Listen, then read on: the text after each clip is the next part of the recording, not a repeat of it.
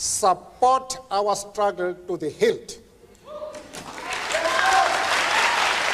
لە هەشتی یۆلیۆی 1970 لەدایک بووە و لە 5 دیسەمبەری 2013 کۆچی دوایی کردووە.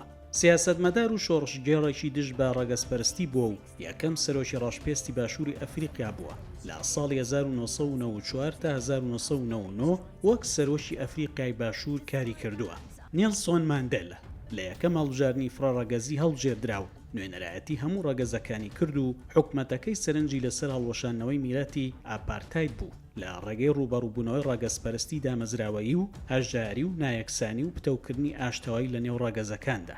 لە خێڵی مەدیبا لە گوندی مینزۆ کە دەکەوێتە هەرێمی ڕۆژهەڵاتی ئەفریقای باشوور لەدایک بووە و لە زانکۆی فۆرت هێر دەستی کرد بە خوێندنی یاسا و یەکەم خوێندکاری ئەفریقی ڕەشپێز بووە. بەم هۆکارەش ڕوبەڕووی ڕەگەزپەرستی بۆیەوە.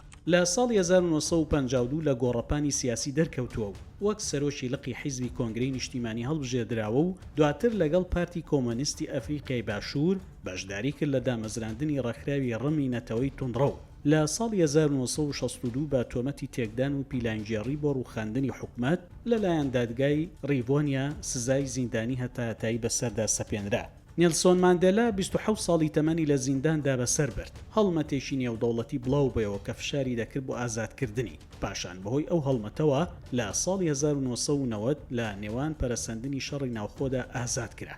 نیلسۆن ماندێلا بوو بە سەرۆکی کۆنگرەی نەتەوەی ئەفریقیا و ژیاننامەی خۆی بڵاو کردەوە و سەرکردایەتی دانوستانەکانی لاگەڵ سەرۆکی ئەفریقیا کرد بۆ هەڵوەشانەوەی ئاپارتاید و دامەزراندنی هەڵبژاردننی فڕەڕەگەزی لە ساڵی 1994 کە ئەتیایدا حیزبی کۆنگرەی بەرەو سەرکەوتن بردو وەک سەرۆک هەڵبژێردرا و حکومەتێکی یەکێتی نەتەوەی پێگەێنا. سیاسەتی ئابووری لیبرالی حکومەت بەردەوام بوو ئیدارەکەی ڕەوشێنی بۆ هاندانی چاکسازی کوشت و کاڵی و بەرەنگاربوونەوەی هەژاری و فراوانکردنی خزمەتگوزاریەکانی چاودێری تەندروستی خستە ڕوو. نیلسۆن ماندێلا ڕەتی کردەوە بۆ خولی دووەم خۆی کاندید بکا و جێگرەکەی تا بۆ ئیمبێکی شوێنی گرتەوە.